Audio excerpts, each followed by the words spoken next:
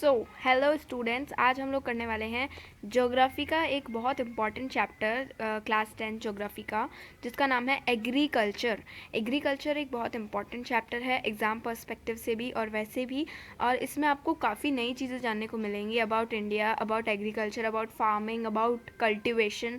So yeah it's a adventurous chapter and you should also read all the chapters of geography interestingly and including this chapter। ये भी आपको बहुत ज़्यादा interestingly इसको आपको पढ़ना चाहिए, ठीक है।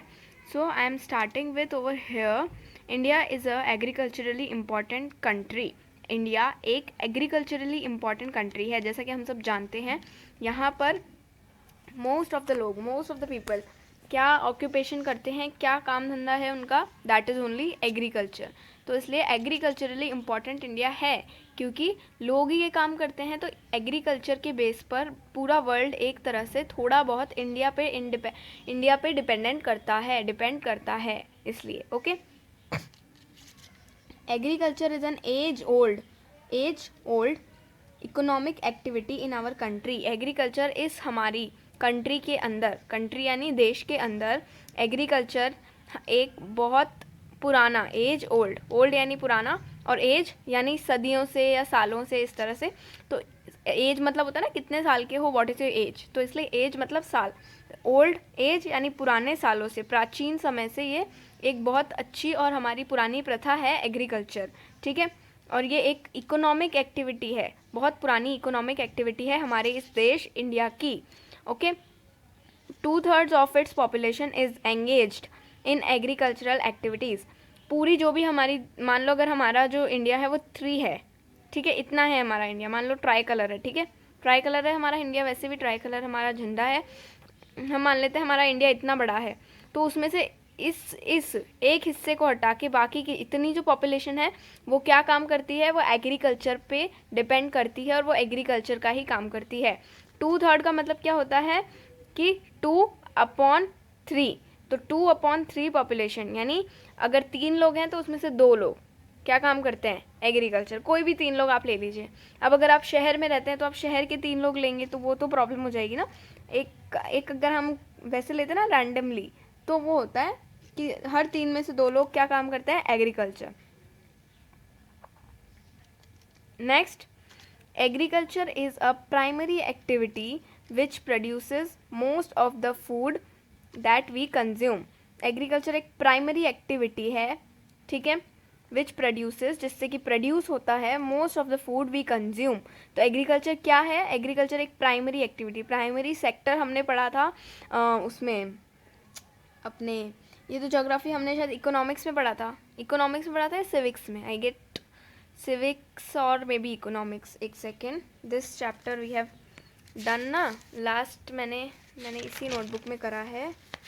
Wait a second, I am not able to remember whether it was geography और इट वॉज, ये सेक्टर्स ऑफ इंडियन इकोनॉमी में हमने देखा प्राइमरी सेक्टर, एग्रीकल्चर सेक्टर, ठीक है। ये आप यहाँ पे देख सकते हो, मैं टोटली आपको रिलेट करके बता रही हूँ, सब कुछ 10th क्लास CBSE का है।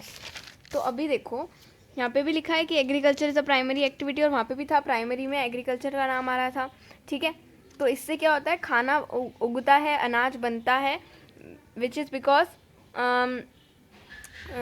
बिकॉज ऑफ कि ये एक प्राइमरी एक्टिविटी है, अनाज उगता है क्योंकि हम उगाते हैं, और अनाज उगता है जिससे खाना बनता है, और जो कि हम कंज्यूम यानी खाते हैं, ठीक है, दैट वी ईट और वी कंज्यूम।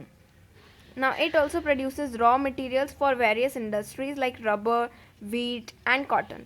अगर किसी इंडस्ट्री को रबर के साथ में उससे रबर से क्या बनाना है, फॉर एग्जांपल अगर इलास्टिक बनाना है, तो वो कहाँ से आएगा, उसका रॉ मटेरियल कहाँ से आएगा, एग्रीकल्चर से, एग्रीकल्चरल सेक्टर से। अगर किसी को ब्रेड बनानी है तो उसका raw material that is wheat कहाँ से आएगा, एग्रीकल्चर से, कल्टिवेशन से। अगर किसी को कॉटन बनानी है तो उसका रॉ मटेरियल कहाँ से आएगा, कॉटन तो बेसिकली रॉ मटेरियल है।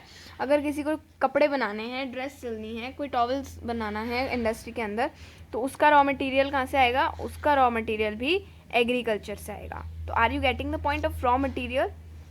Next is agriculture produce products like coffee, tea, spices etcetera are also exported. अच्छा, एक्सपोर्टिंग भी होती है एग्रीकल्चर के अंदर। एक्सपोर्टिंग मतलब देश से बाहर कोई सामान भेजते हैं तो उसको एक्सपोर्टिंग कहते हैं, लाइक श्रीलंका भेजा जा रहा है, अमेरिका भेजा जा रहा है, कहीं भी आउट ऑफ कंट्री, इंडिया के बॉर्डर के आगे कहीं पे भी, पाकिस्तान, कुछ भी है, व्हाटएवर, तो वहाँ पर जो हमारा सामान भेजा जाता है जैसे कि कॉफ़ी, टी, स्पाइसेस, ये सामान जो हमारे इंडिया का फेमस सामान है और ये बाहर जाता है तो इसको हम एक्सपोर्शन कहते हैं, जो कि होता है, ठीक है। तो ये सब इकोनॉमी में हेल्प कर रहा है, इसलिए ये चैप्टर जो है इकोनॉमिक्स में भी आ सकता था। इकोनॉमिक्स में भी कई जगहों पर इन बातों में यूज़ होता है, ये सब आपस में इंटर रिलेट करते हैं सोशल साइंस के अंदर, सिविक्स, ज्योग्राफी, इकोनॉमिक्स, तो यू कैन जस्ट अंडरस्टैंड, ठीक है। उसके बाद में आ जाता है टाइप्स ऑफ फार्मिंग।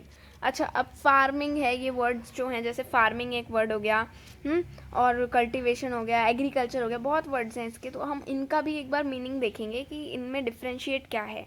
अगर वीडियो बाय मिस्टेक कहीं पर एंड हो जाती है तो just find out the next video, आपको मिल जाएगा, या फिर आपको कहीं पर उसका नोटिफिकेशन मिल जाएगा, या फिर चैनल पर ही, तो या प्रॉब्लम नहीं क्रिएट होगी। नेक्स्ट इज ए, देखो टाइप्स ऑफ फार्मिंग के अंदर ए है प्रिमिटिव सब्सिस्टेंस, फिर है इंटेंसिव, इंसेंटिव नहीं है ये, इंसेंटिव कुछ और होता है, ये इंटेंसिव है, तो intensive subsistence farming and commercial farming, ठीक है। इनका एक्सप्लेनेशन सबका प्लीज़ टर्न होगा पीछे। तो एक बार इनके नाम देख लेते हैं वापस से। टाइप्स ऑफ फार्मिंग, यानी फार्मिंग कुछ टाइप्स में बाइफरकेटेड हो रखी है, या फिर हम कह सकते हैं उस अलग अलग टाइप्स में बटी हुई है। जैसे कि अगर हम बात करते हैं प्रिमिटिव सब्सिस्टेंस फार्मिंग की, तो प्रिमिटिव पहला, सबसे फर्स्ट है ना, प्राइम।